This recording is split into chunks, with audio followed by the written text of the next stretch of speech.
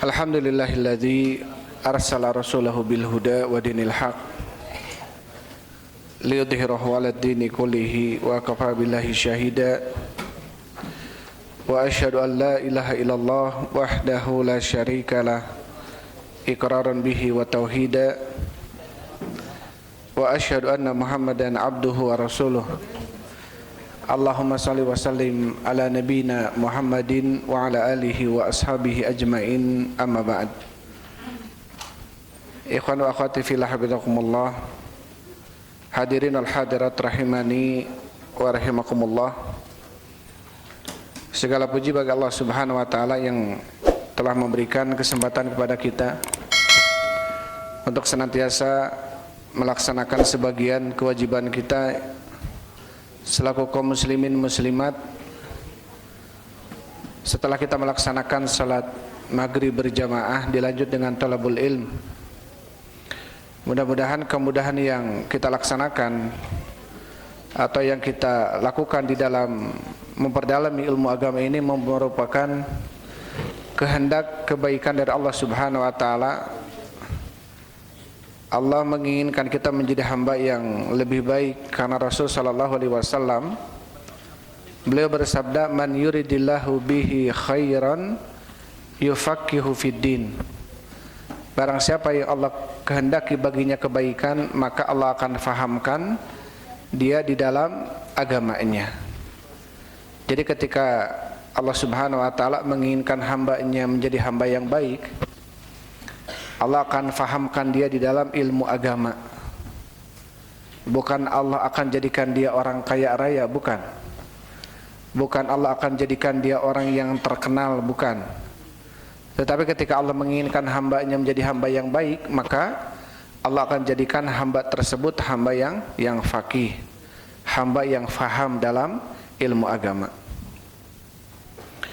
Ikhwan wa akhwati fillah, habibakumullah. Insyaallah kita lanjutkan pembahasan kita dalam kitab Riyadhus Shalihin karya Imam Nawawi rahimahullahu taala. Sekarang kita masih dalam Kitabul Adab. Sekarang kita masuk ke babu adabil majlis wal jalis.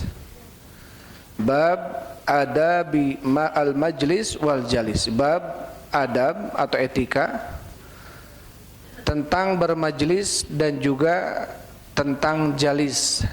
Bermajlis ini adalah tentang etika seseorang di tempat majelis ilmu dan etika seseorang ketika duduk dengan teman atau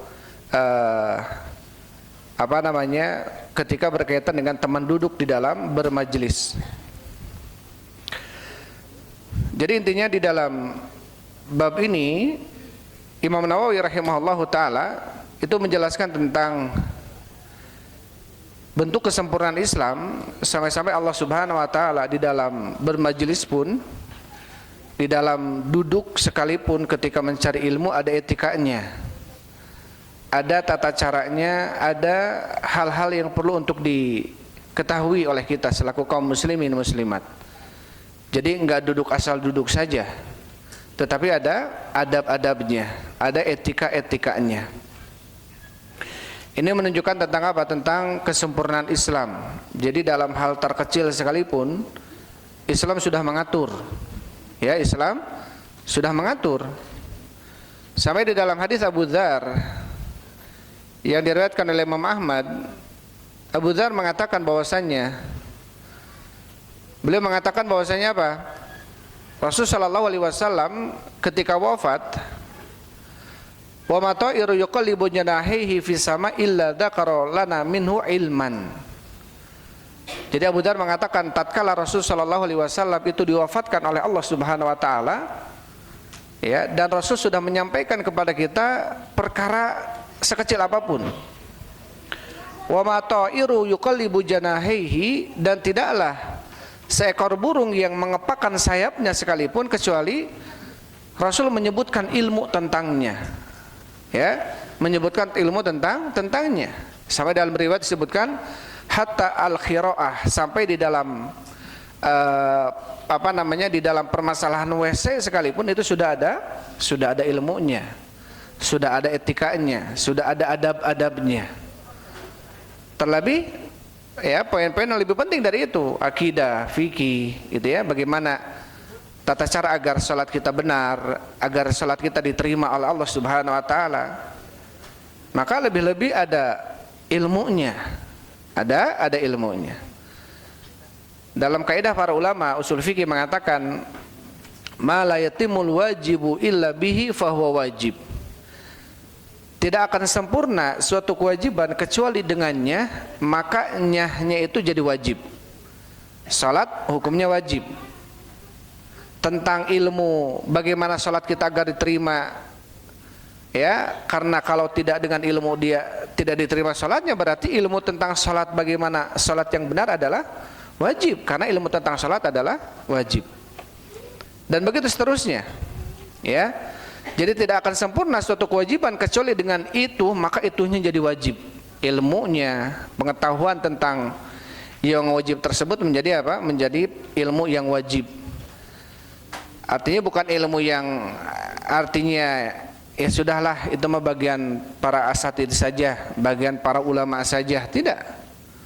Karena kita mempunyai kewajiban sholat, kita mempunyai kewajiban ibadah-ibadah yang lainnya, ya. Dan kesempurnaan ibadah tersebut tidak akan sempurna kecuali dengan ilmu, maka berarti berilmunya pun apa? Menjadi wajib. Nah, kalau begitu kita harus menjadi seorang ustadz, seorang kiai. Kalau bisa kita semuanya harus jadi seorang kiai. Kalau bisa kita semuanya harus jadi seorang apa? Seorang ustadz, penyampai, ya, seorang dai yang mengajak manusia. Ya. Karena apa? Karena kata Rasul sallallahu alaihi wasallam, balighu anni walau ayat, sampaikan dariku walaupun satu ayat. Jadi kita semua dianjurkan, dituntut untuk menjadi seorang dai, seorang pendakwah, seorang pengajak kepada kebenaran. Taib. Jadi dibawakan bab ini, kata Syekh Utsaimin rahimahullahu taala, menunjukkan apa? Tentang kesempurnaan Islam, ya. Sampai perkara-perkara masalah duduk saja di majelis itu sudah ada ilmunya, sudah ada adabnya, etikanya, aturannya.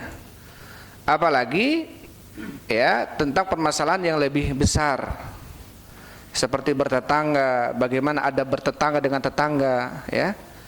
Seperti bagaimana adab antara kita dengan orang tua, dengan Allah, dengan Rasulnya, dan seterusnya. Kemudian setelah membawakan bab, Imam Nawawi rahimahullahu taala di sini membawakan beberapa hadis.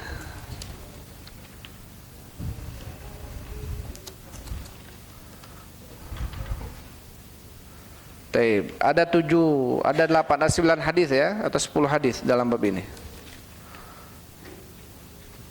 Atau lebih malah. Taib. Jadi ada beberapa hadis yang dibawakan oleh Imam Nawawi dalam bab ini. Al-haditsul awal, hadis yang pertama, An Ibnu Umar radhiyallahu anhu maqala, dari Ibnu Umar, semoga Allah meridainya. Qala, berkata Ibnu Umar, qala Rasulullah sallallahu alaihi wasallam, telah bersabda Rasul sallallahu alaihi wasallam, la yuqimanna ahadukum rajulan, la, janganlah. Ini larangan dari Rasulullah. Untuk apa?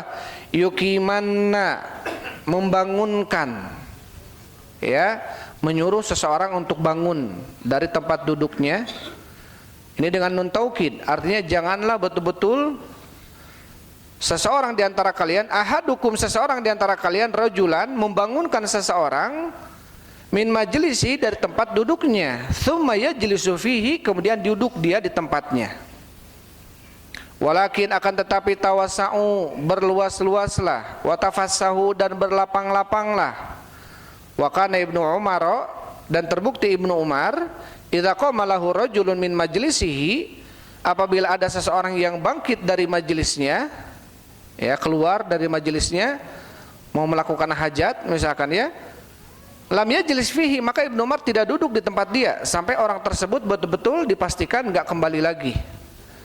Khawatir kalau dia kembali perkeluar dari majelis, ke kamar mandi dulu, buang hajat dulu, ada perlu dulu, balik lagi gitu, ya. Maka Ibnu Umar tidak pernah menduduki tempat yang ditinggalkan oleh temannya kalau diketahui dia akan kembali ke tempat itu. Muttafaqun alaih. Hadis ini sepakat Bukhari dan Muslim.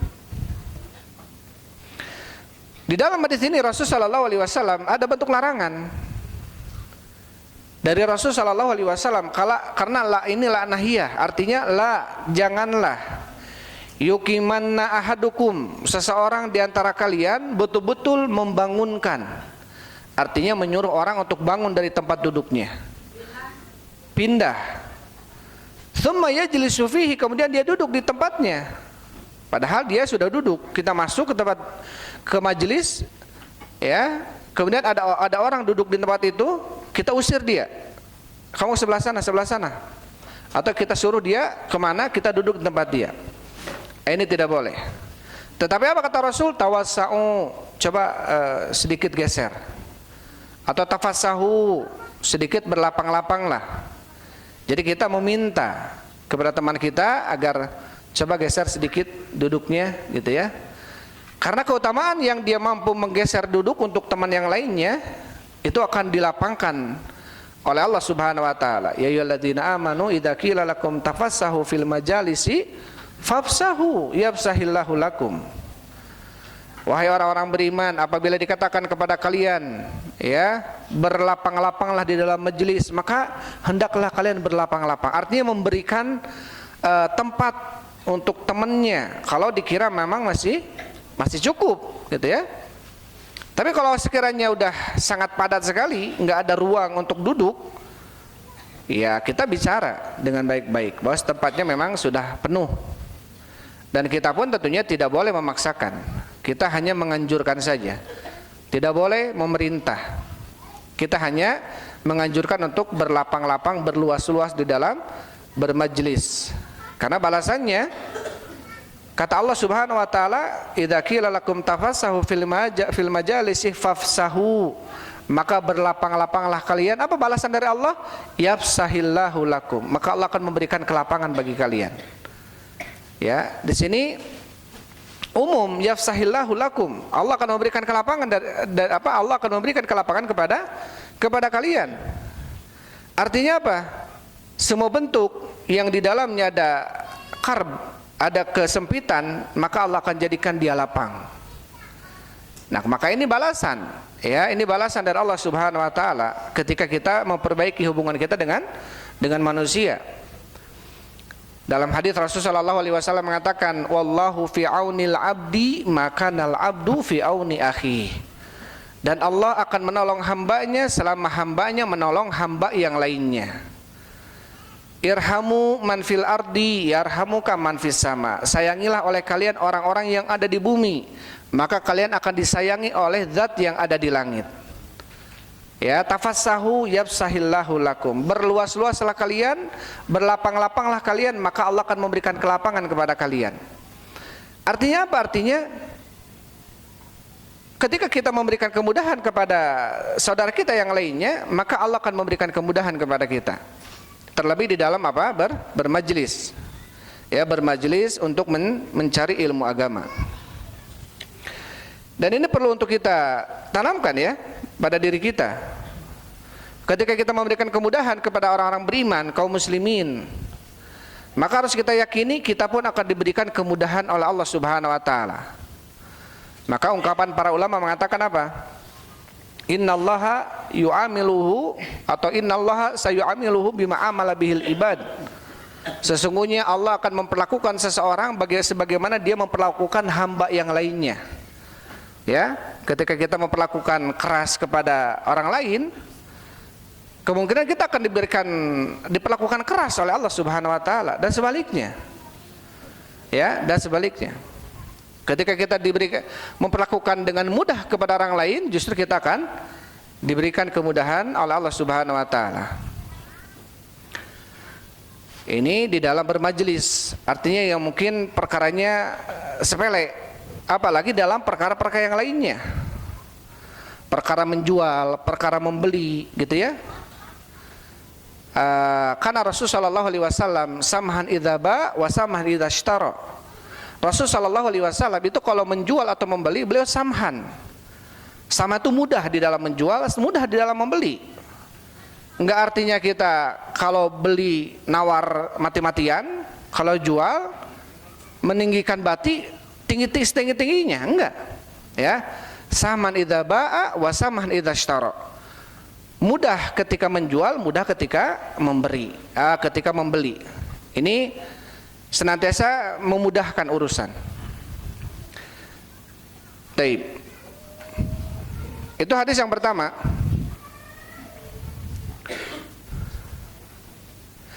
Taib, kemudian kata Syekh Muhammad bin Shalih Al-Utsaimin, amma an tuqima ar-rajul wa tajlisu makanahu fa inna hadza la yajuz.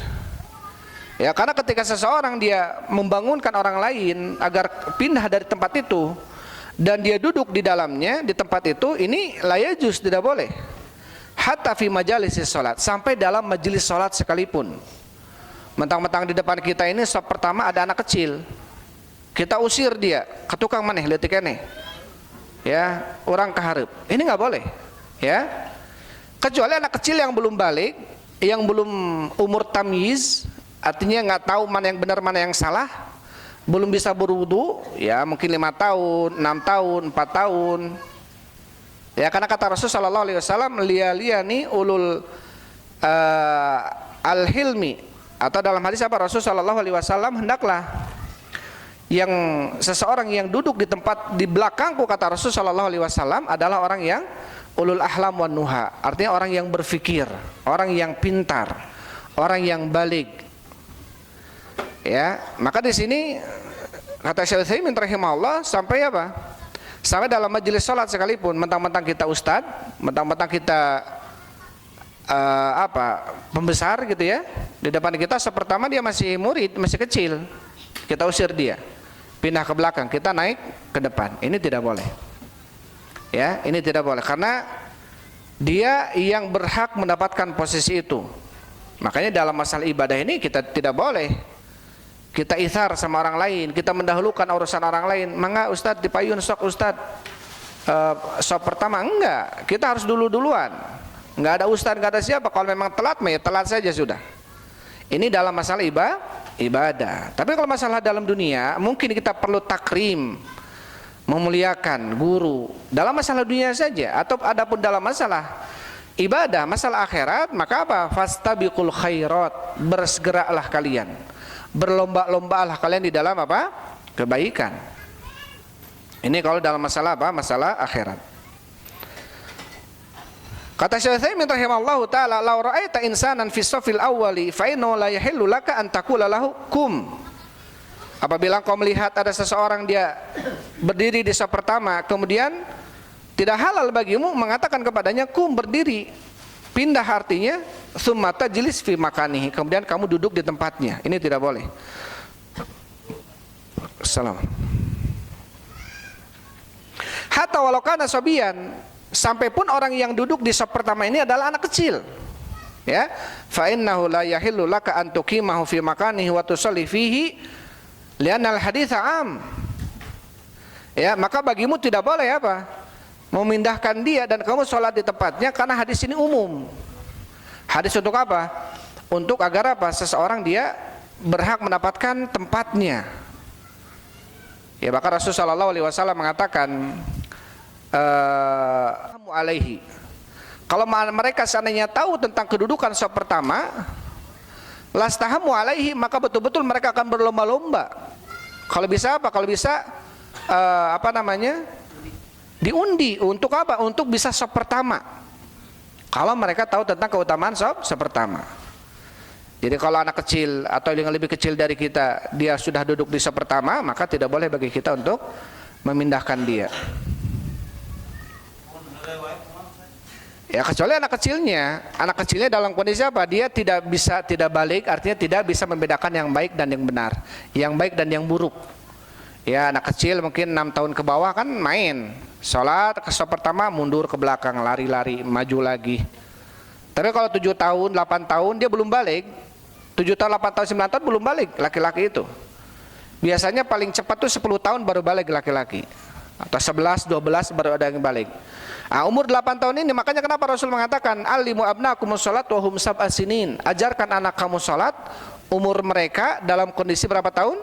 7 tahun. Karena di ini waktu-waktu seseorang bisa membedakan mana yang baik, mana yang buruk. Artinya kalau dalam fikihnya sinnut tamyiz, umur di mana seseorang bisa membedakan mana yang baik, mana yang buruk. Kalau masih kecil sekali, artinya dia tidak tamyiz, ya kadang-kadang main gitu ya, mengganggu soft, ya ini nggak apa-apa, diamankan. Kalau bisa anak-anak kecil bikin soft paling belakang, tetap ya. Karena apa? Karena ada anjuran untuk kita tidak boleh mengeluarkan anak-anak kecil dari masjid, suruh mereka belajar di masjid, nggak apa-apa.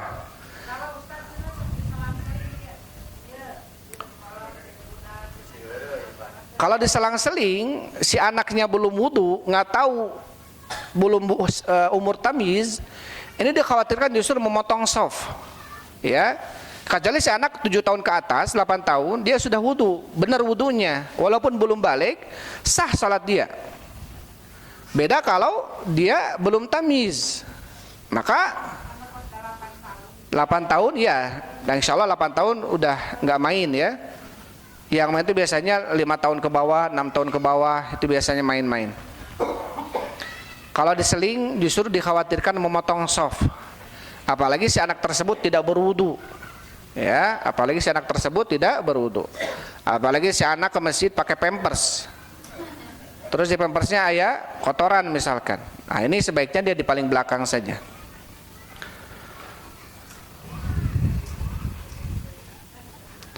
Jadi intinya apa? Intinya di dalam bab adab majelis dan jalis ini kita melihat bagaimana syariat Islam ini betul-betul sempurna. Sampai hal terkecil sekalipun sudah ada dalilnya.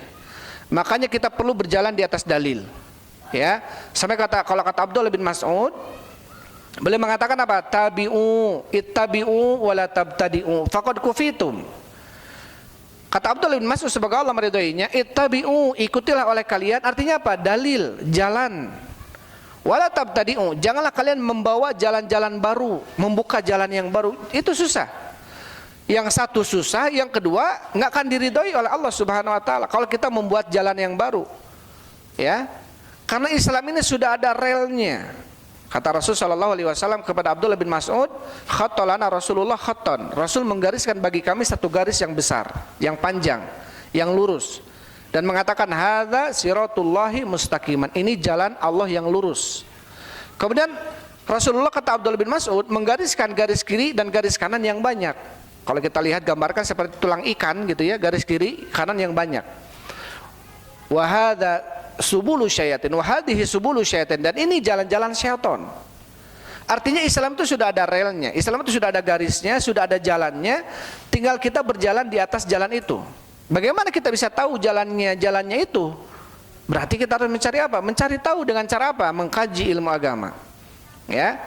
Biar kita tahu banyak jalan menuju Roma, banyak jalan menuju Jakarta misalkan, tetapi jalan yang menyelamatkan mungkin hanya satu. Maka kita harus mencari jalan yang paling selamat, jalan yang paling tepat sesuai dengan jalan yang telah diterangkan oleh Rasulullah sallallahu alaihi wasallam. Jadi intinya apa? Intinya kita tuh harus berilmu. Harus berilmu. Nggak boleh kita kemudian, kadang-kadang kita hanya menjadikan thalabul ilmi ini hanya selingan dalam kehidupan kita. Mungkin seminggu sekali pencerahan saja, sudah mulai futur, sudah mulai iman turun, ngaji, dicas lagi, semangat lagi. Jangan seperti itu. Justru kita jadikan ini sebagai apa? Sebagai kebutuhan. Mencari ilmu itu sebagai kebutuhan sehari-hari kita. Ya, harus dijadikan seperti itu. Sampai kata kalau Imam Ahmad bin Hanbal rahimahullah mengatakan, "An-nasu ilal ilmi ahwaju minhu ila ta'ami wasyarab." Manusia itu lebih butuh kepada ilmu dibanding butuhnya kepada makanan dan minuman. Yahtaju ilal ilmi ila ta'ami fil yaumi marratan aw marratain, kata Imam Ahmad. Seorang manusia butuh kepada makanan dan minuman dalam satu harinya hanya 1 kali atau 2 kali saja. Tetapi apa kata Imam Ahmad? Wa yahtaju ilal ilmi bi'adadi anfasihi. Butuhnya seorang manusia kepada ilmu itu sebanyak hitungan nafas yang keluar. Karena dari mulai kita bangun tidur sampai kita tidur lagi, itu nggak boleh lisan kita, amalan kita, keyakinan kita nggak boleh di luar ilmu, nggak boleh.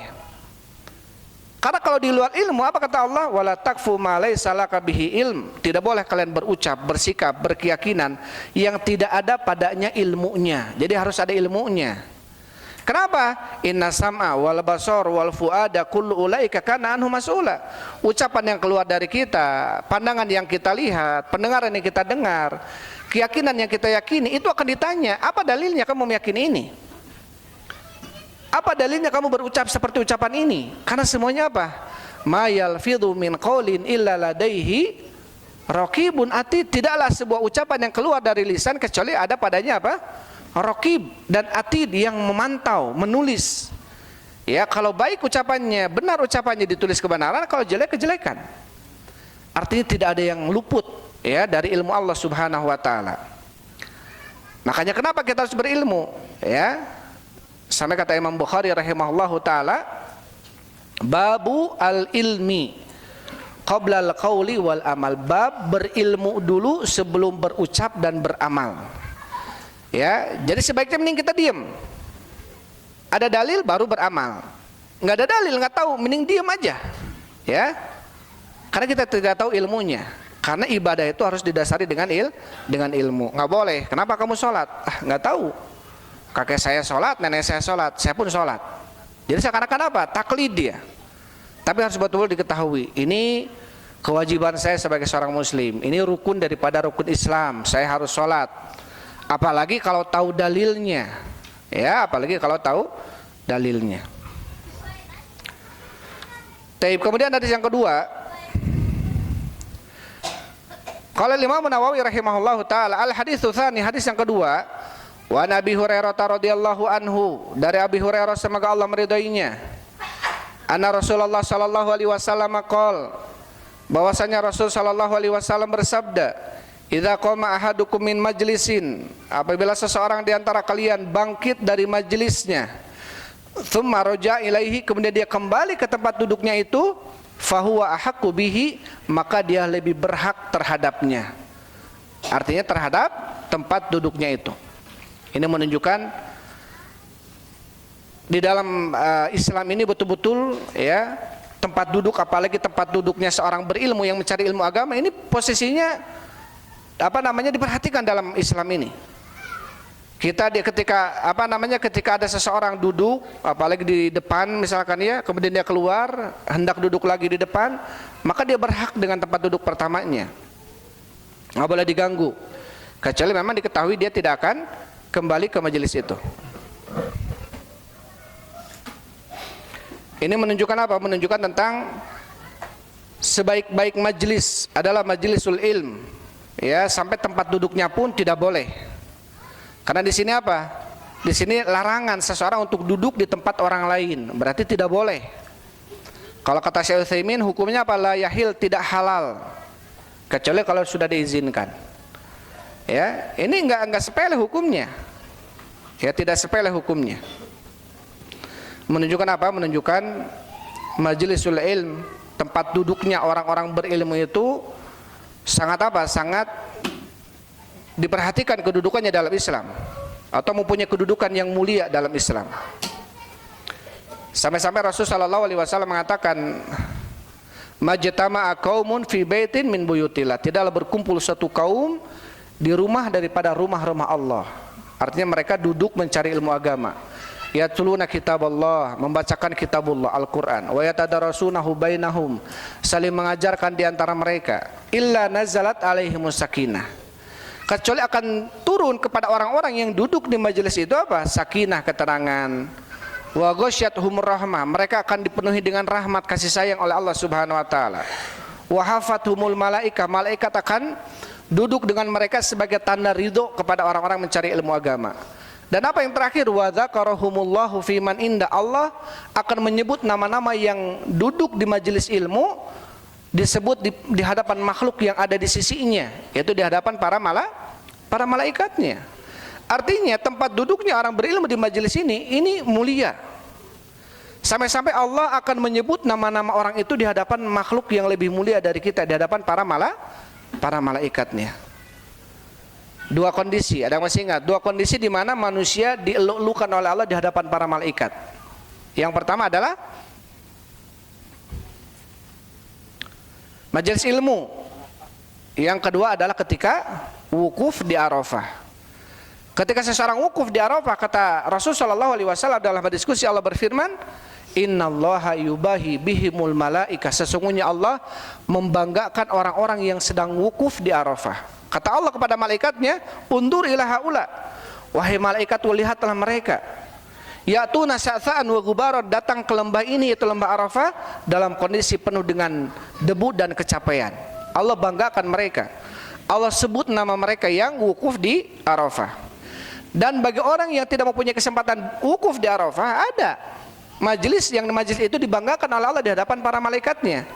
Apa yang disebut dengan majelis apa? Yaitu majelis ilmu, ya, majelis taklim, pengawasan-pengawasan, yang di dalamnya dibacakan Al-Quran dan hadis Rasulullah Sallallahu Alaihi Wasallam.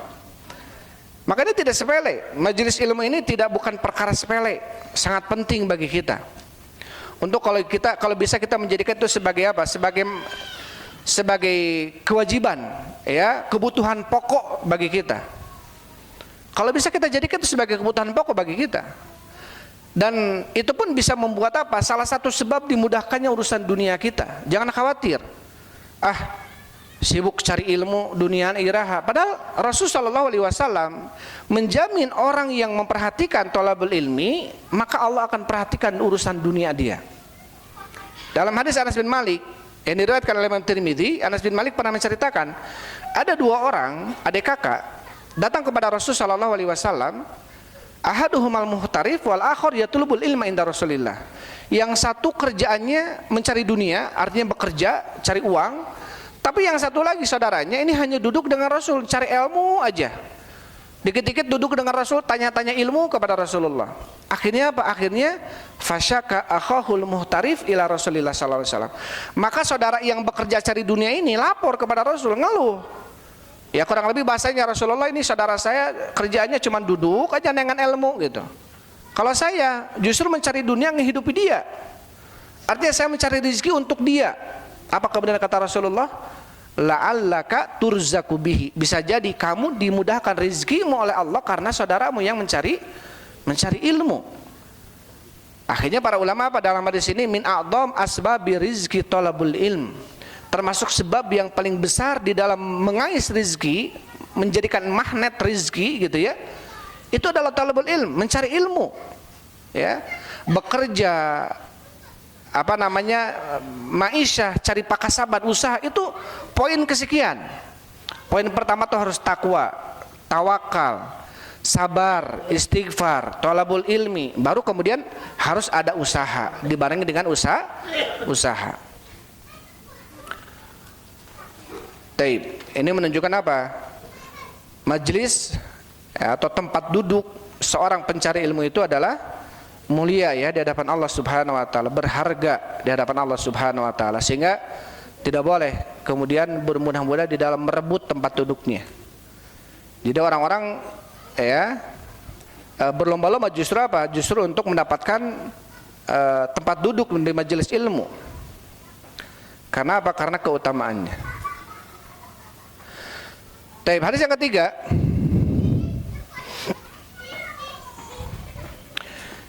Hadis yang ketiga, wa Jabir bin Samurah radhiyallahu anhu maqala, dari Jabir bin Samurah, semoga Allah Subhanahu wa taala meridai keduanya. Qala, berkata Jabir, kunna, terbukti kami, idza ataina nabi, apabila kami mendatangi Nabi sallallahu alaihi wasallam, jalasa ahaduna haitsu yantahi, maka duduk seseorang di antara kami di mana dia berakhir, berhenti. Artinya apa? Misalkan begini, masuk majelisnya Rasul, mereka tuh kalau bermajelis dengan Rasul pada dekat dengan Rasul, ya, berupaya berlomba untuk mencari tempat paling depan dengan Rasulullah. Maka ketika salah seorang di antara kami datang, itu enggak langsung masuk ke tengah dan duduk paling depan, ngegeser-geser orang, enggak.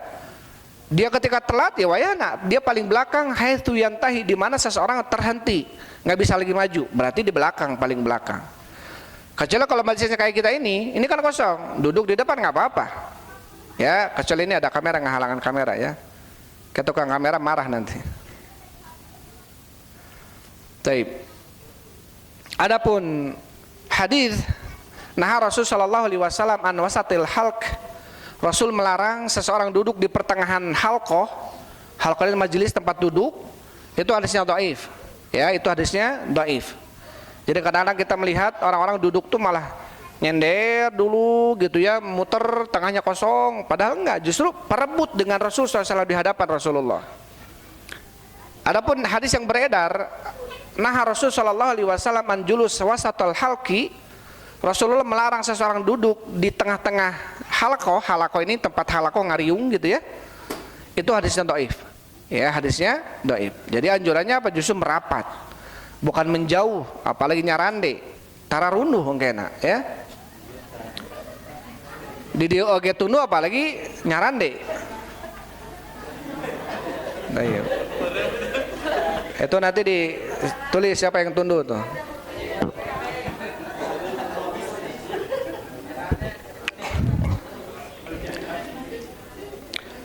Tapi thalabul ilmi ini yang duduknya, yang ngantuknya saja dapat pahala.